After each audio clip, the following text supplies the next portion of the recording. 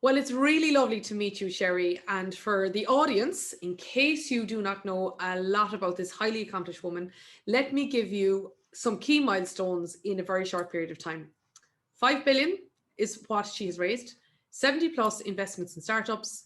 She's an investor in 5 venture capital companies, and she's had also IPO involvement, which we're going to hear all about.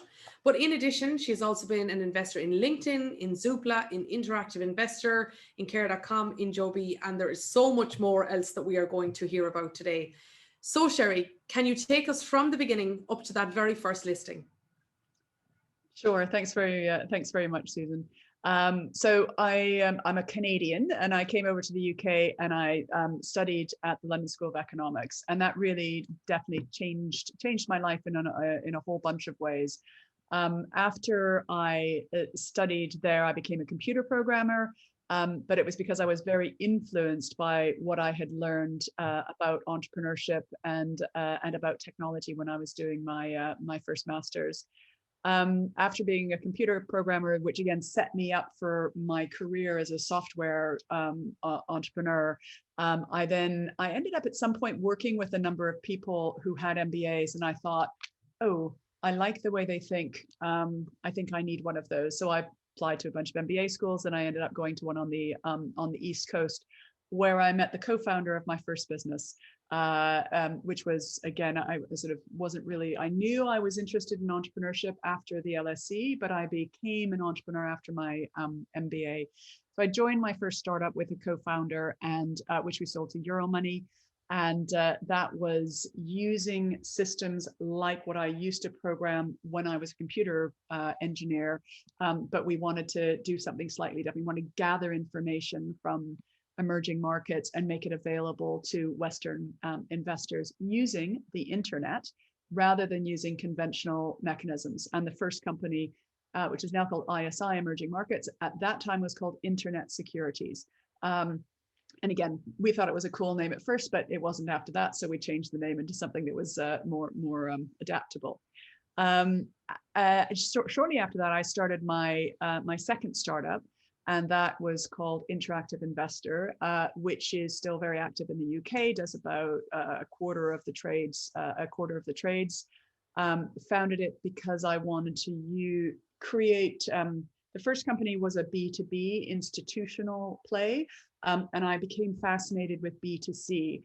And Interactive Investor was giving the power of institutions to consumers. Because I thought it should be a lot easier for them to make investments and to track investments and their pensions and everything else.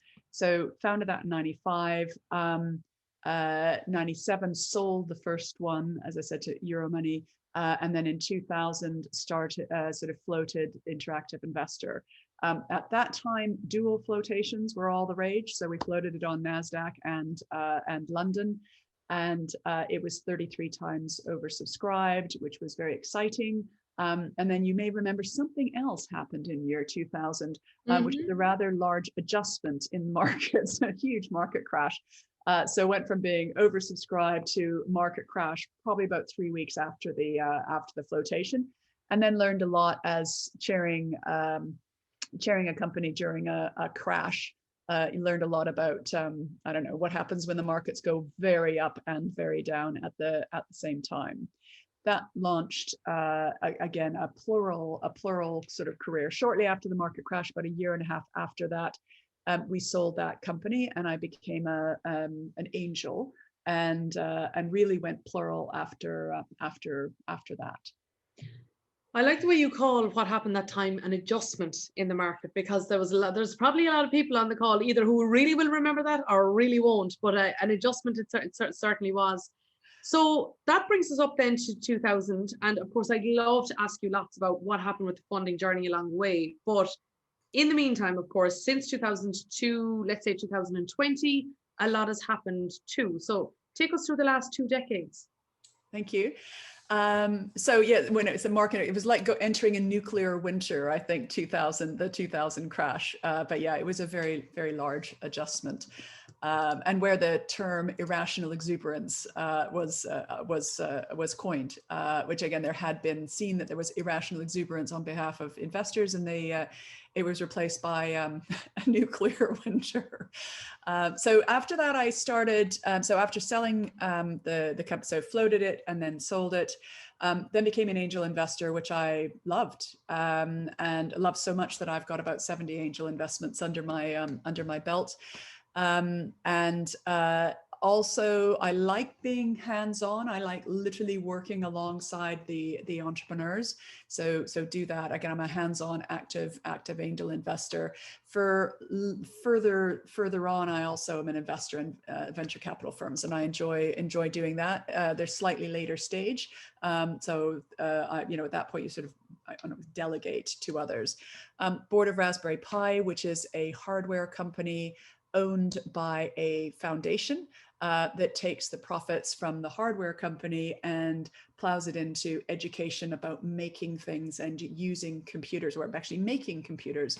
And again, the reason we started up Raspberry Pi is there had been a decline in the ability of students to do programming, and there was less students applying to computer science, and they were less able because they were using devices rather than knowing how they actually worked inside. So we wanted to create a movement about actually understanding what it took to make things using both hardware and software. And Raspberry Pi has been a large part of my life, and really, really love it. Founded a couple of other charities. So Founders for Schools, which takes founders of businesses and puts them into schools.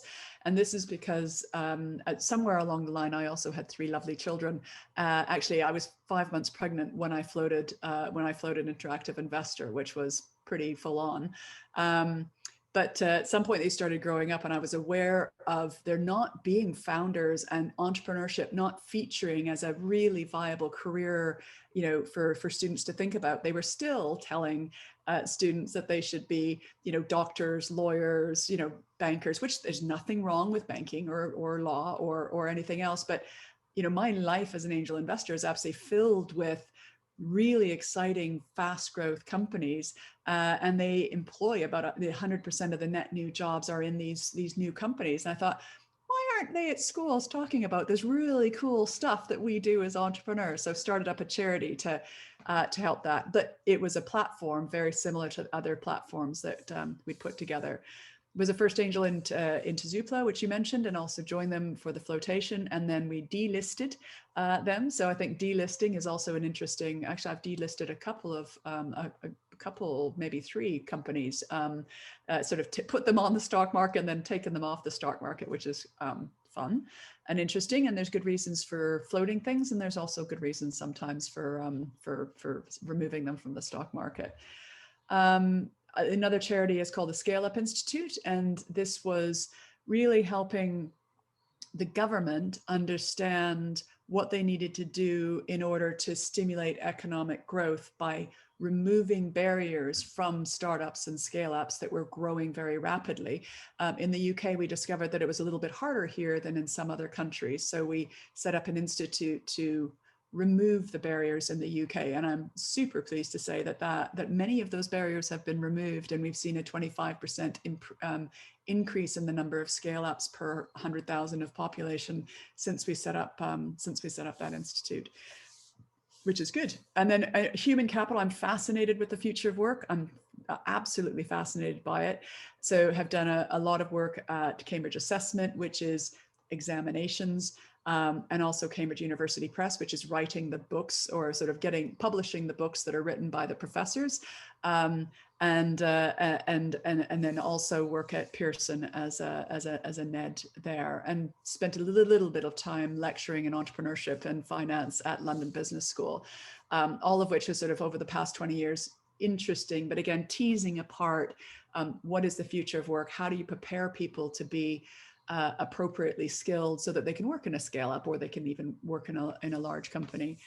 Co-founder of WorkFinder also, which is around the future of work as well, making it really easy for students while they're at university to have short-term part-time jobs in scale-ups.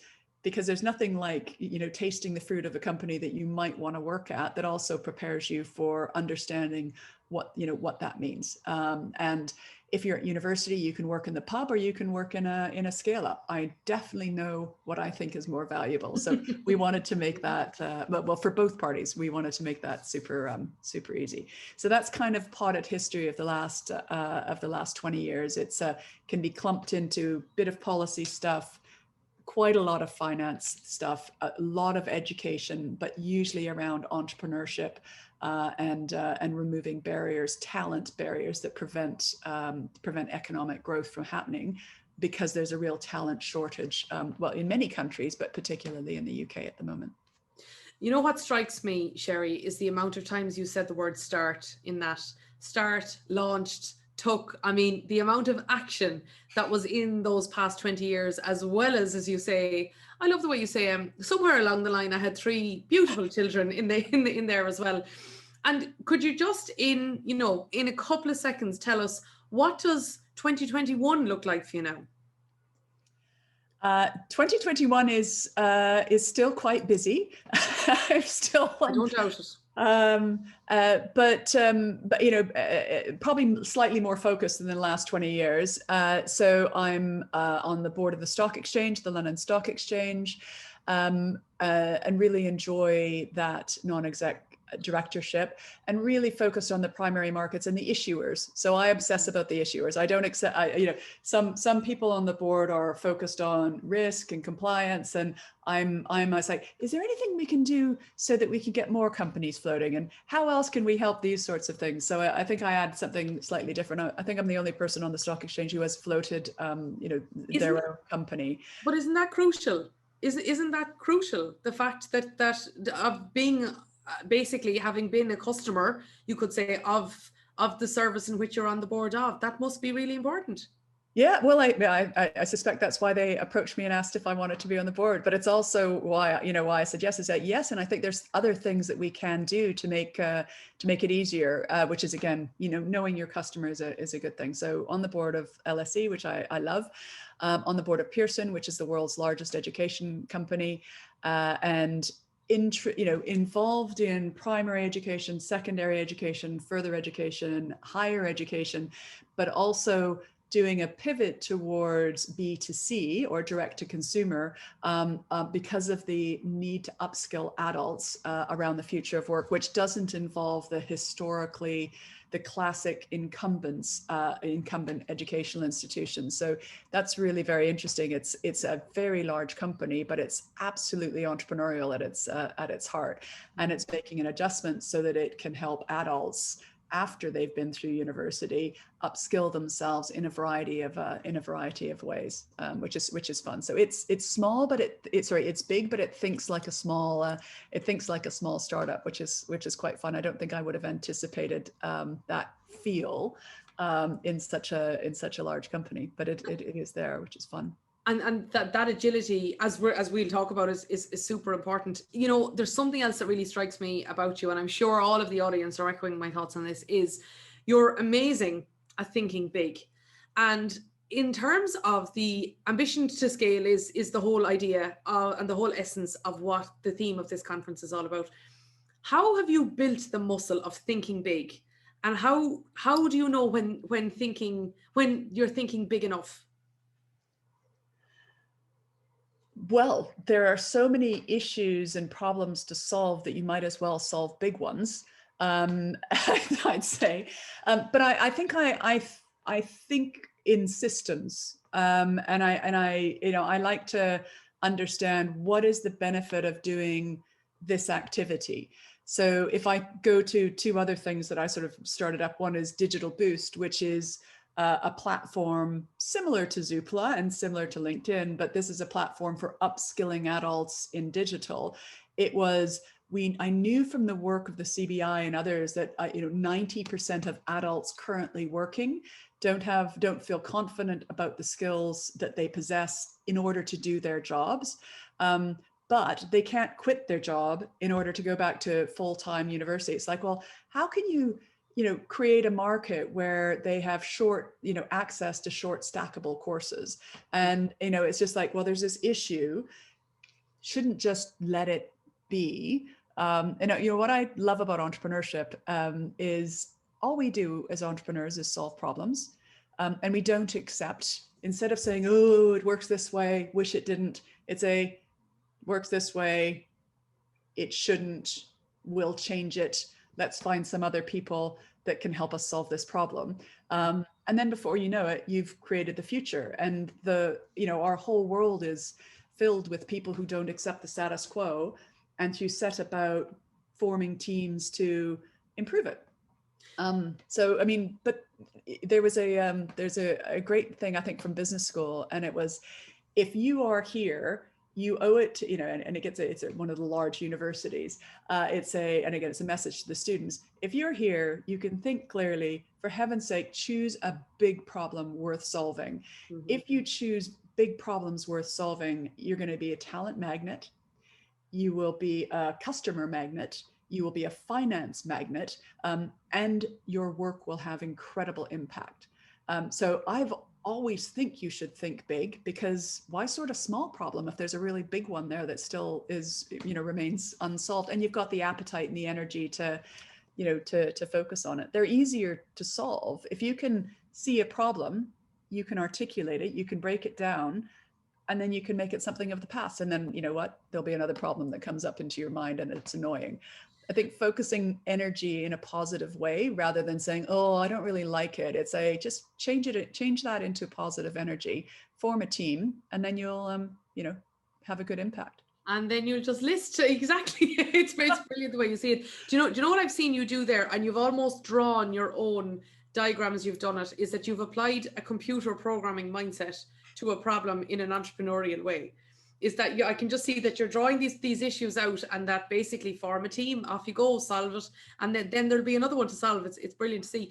But along the way, of course, there can be an awful lot of logistical challenges, and there's a lot to be there's a lot that happens. So can you give us any secret growth hacks that you've had? Like you mentioned there, for example, that you came across a lot of MBAs and you said, oh, I might like to have one of those. Have you any growth hacks like that along the way that you could share with us today? One of the growth hacks that I love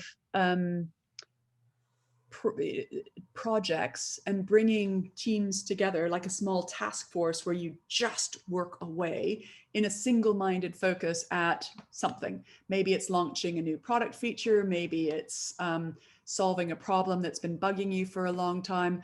And I use students at university as growth hacks. I think if Digital Boost, there's 10 full-time people, so it's a small company, but we've had 70 MBAs working for us in this last year as interns, doing a variety of, let's focus like a laser beam on this and just crush this issue. And then, oh, it's fixed, great, let's think about the other one. So I think a team and a single-minded focus is really helpful for scale ups and for startups, because you often get very, very busy, and your permanent staff, are dealing with 1,000 spinning plates. And it's but you really need to focus and nail down a few things. So my biggest growth hack is using interns of students who are at university at the moment. They're hungry and they want, something meaningful, and they want real projects. And so what better thing? So again, work in a pub or work in a startup on some meaningful problem that you can just bust open if you focus on it and bang away at it for a while. That's probably the best growth hack that I've used over and over and over for the past 2 decades. It's laser focus on something. You make it a team's sole focus. They still work with your other team that's spinning 1,000 plates, but they have one sole objective. They can't get distracted. They can't have another priority. It's you're here to do this. So you align, a temporary sort of team, and you're clear about what you ask them to do. The start of that is you have to know a small problem that you want to solve with, say 5 people over a couple of months. And that does require some own, you're thinking on your own part. I think I learned that through when I was a president of the Alumni Association, and someone who was a master user of this as volunteers said, look, you can get a bunch of people around in a committee, but you need to have them responsible for one thing so they feel on the hook for delivering it. Mm-hmm. And that, Well, it's very meaningful to you if you're the only one that's responsible for it, because you're going to work that much harder to deliver that. And I think if you do that with teams as well, say, it's not going to get solved if you don't, sort of deliver. You'd be amazed at what people do. But they also, so A, they deliver, but B, it's really fulfilling to them to say, yeah, it was a bit of a mess, as there was this, gray mass that was ill-defined when we arrived, and we worked away at it, and it was solved by the time we left. And that's my legacy, and I feel really proud about the impact I had on that organization. And you leave the organization in much better in a much better position, but you've done something which is really important and helpful, and that gives us meaning in our lives. And can we go to the 1,000 spinning plates that you just mentioned? Because, by the way, I have worked with interns as well, and I know exactly what you mean, and I think it can be a brilliant process. But you also, of course, do need your core team, just like you were saying. Sherry, you've been through a range of finance rounds, whether it has been private or public equity. What happens operationally when that drive is happening? Because that can take up an enormous amount of energy and thinking time and focus and all of what you mentioned. But at the same time, there's still a business there to produce earnings and hopefully subsequently dividends and so on like that. Yep. Operationally, what has been your experience of this? It's really important. So again, I don't know if you're familiar with RACI, but you think about sort of, responsible consulting. I like intense fundraising, where you take a couple of the senior management team, not everybody, not the whole company, because the operations have to stay there. So when I sort of floated Interactive Investor the first time, is that we had the most amazing CTO who was, who really was phenomenal. He's like, I don't ever want to see a single investor. Do not put me in front of those people, and do not distract me. I'm going to keep the wheels on your bus. You go out with finance people, you go talk to all those people on those areas. Don't bug me. I'm gonna focus on this. And if you absolutely have to talk to me, then talk to me. But also leave everything to me. It means I'm going to take decisions that need to be taken on a day-to-day basis, and you're not going to know what's going on because you can't know everything. And he had been through a number of financings before, and I love that because it's a clarity of thought. So now it's so CEO, CFO really going to get very distracted, probably 70% of their time on a financing, and there's a lot to do on that, but hive off the rest of the team and separate it so that you've got some, the operations, the day-to-day operations don't fall apart, and you don't stop your product development, because often, CEO is involved in product development. So either you get a backlog of product development that the rest of the team is going to deliver when you're distracted, or you delegate it to somebody and you train them and you prepare so that you can go through this very intense period. I was on a call yesterday, and it was with, again, a CEO who had just finished a financing, and he was commenting on how it was so much easier to raise finance right now. And he said, when I was financed, I could do 8 back-to-back investor calls, Zoom calls in a day. And, I remember the last time I did it, my God, I had to fly over here, I had to fly over here, I had to fly over here. And he goes, much more efficient process. So I think that the efficiency of capital raising has gotten easier with this, with this Zoom, and investors are comfortable with making financing decisions without necessarily having to fly the whole team, over, either way. So I think it's one of the blessings of the past year, is that we can get quite a lot done much more efficiently in a shorter period of time, which is good. But you have to, parcel them out and say, right, I'm not going to talk, I'm not going to update you every 5 minutes on the financing. And I don't need you to update me every 5 minutes on what's going on with the operations. And we're just going to, really focus on, the separation of duty so that we can get it done, and just be mindful of people's time. It's important that the wheels don't fall off the bus, because the last thing you want after a financing is to have the operations grind to a halt just at the end because you didn't think about how distracting it would be. You should plan that 75% of your time will disappear for 2 or 3 months. You say that so simply, as in 75% of your time will disappear for two or 3 months. But what I'm getting from you is that is realism. Did you ever not realize that, and were there any consequences? Okay. Why don't you tell us about that then? Okay, your face is telling me it all. Yes, you can overshare. The other thing is that we might get excited as entrepreneurs and senior leaders about the financing, because it is quite exciting. You're meeting X and Y and Z, and you're excited about, what they can help you do and what you will do with all of that money when it comes in. If you overshare with the rest of the team, they often can feel quite uncertain. So I think, I think just allow people to focus on delivering the business. And I've had really terrible when I've overshared, or you've gotten everybody involved in that. Again, the operations stopped, and the business development stopped, which meant that your revenues fell off, because you weren't doing the business development conversations, you weren't doing the product development conversations, you weren't shipping product.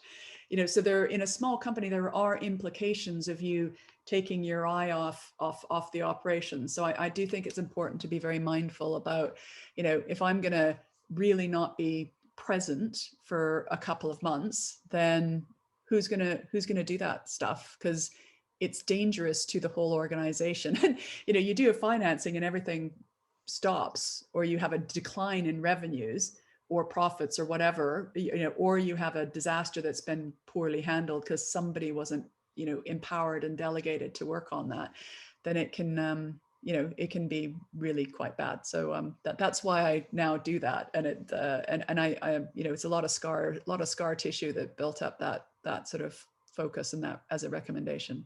And actually, as you talk about that, I'm reminded of the risk that you take when you're raising money from that point of view. But actually, I think a lot of us think about risk in terms of downside. What if this doesn't work? What if I don't raise enough? What if on the downside? But Sherry, is there as much risk on the upside? What if I don't think big enough? And maybe there might be, we may not have the capacity to serve the orders from a business development point of view, or we may not have thought of the potential that investors might have thought of before. What's your thoughts about the upside on the risk to the upside, which is, what if you're not thinking big enough early enough? Well, I think if you're not thinking big enough, you'll have a hard time raising money. So people can often disabuse you. I think of that notion, if you're not thinking big enough. And I actually think it's really an excellent process in having conversations with investors and prospective investors, because they will say, have you thought of this? Have you thought of this? And you might have, and you might not have. So it's, a great investor that has the domain expertise actually helps you see additional opportunities that you might not have perceived. And their networks also help you solve those. So I think it's really helpful. And I think you could have a fatal flaw if you're not thinking big enough. I think you should push yourself really hard to think through, what's the impact on your customer? What is the prospective response going to be of the, of this competitor or the incumbent? Are you increasing the market with your product or service, or are you nibbling away or taking giant bites out of somebody else's pie? I think understanding where you fit into the picture is really important. I honestly think if you're not thinking big enough, very unlikely that investors are going to back you, because they will, because that's what investors do. They help you see, again, they think they're usually, investors are systemic thinkers. You may have a small, narrow thing. It's just like, well, we have to know how this fits into, into our economy, or which is either a local economy or it's a global economy. But you really need to think about, playing chess. It's like, what are the next 16 moves that you're going to make? Don't talk to me just about the next 3 that you can see. I want you, if I'm going to invest in somebody, I want to know that they've thought through what that chess game is going to be for the next 1, 3, 5 years. I don't want you to talk about something that tactically you can focus on the next quarter, because that won't provide the dividends, because you'll get blindsided by something that you didn't think about. When you talk about thinking ahead, the 16 steps, the chessboard, what's the trigger of one of those steps being an IPO as distinct from a bigger and bigger round, or an exit?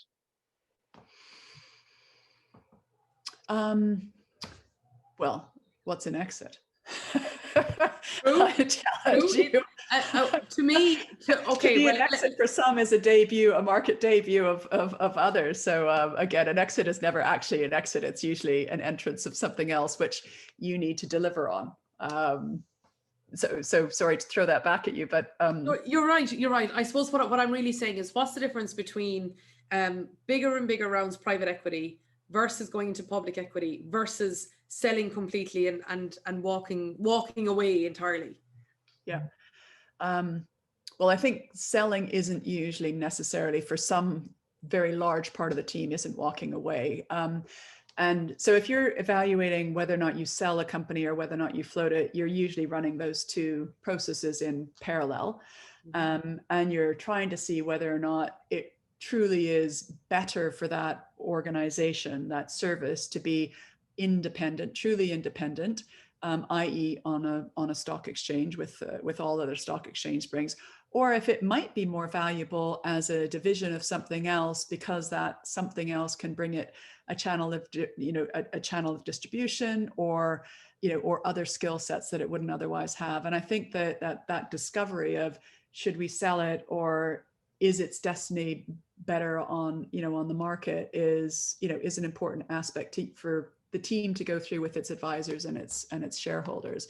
Sometimes you decide to sell if you think that maybe the founder's coming, maybe the founder doesn't have what it's taken, that maybe they're exhausted, maybe there's other stuff going on, and you think it's going to be really hard for them to exist, or they can't pull together the team. So you're often, making decisions as an investor is like, are they going to be able to successfully do a debut and then hold the wheels on the bus for that period of time?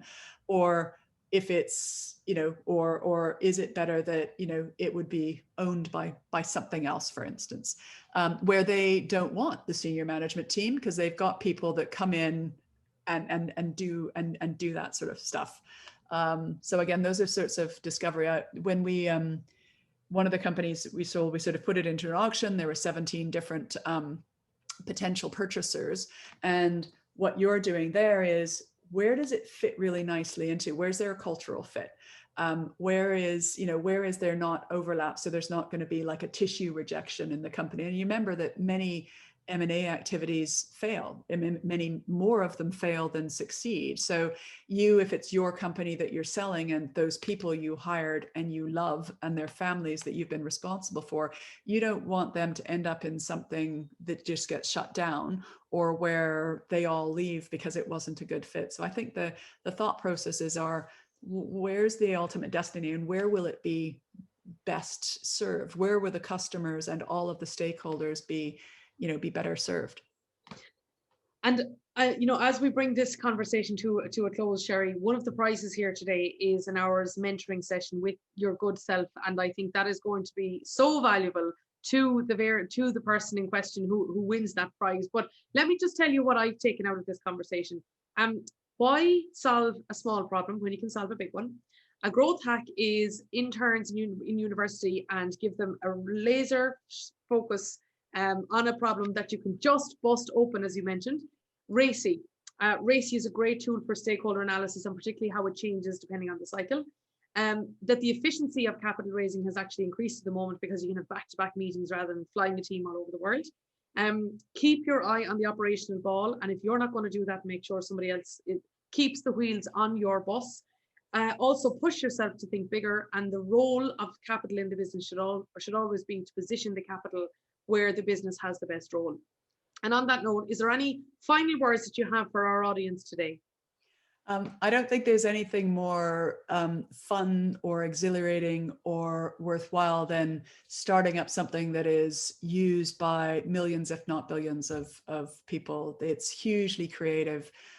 It's not easy, but it is incredibly rewarding. And if you're doing it, sometimes you have great days, sometimes you have bad days, but generally the ecosystem wants you to win. So if you're thinking about whether or not you want to do it, or maybe you're having a bad day, just keep on. It's worth it. And our world is created by entrepreneurs and people who help them solve issues and improve our lives, rather than accept the status quo, which may not be what we want. So if you get grumpy, don't grump about it.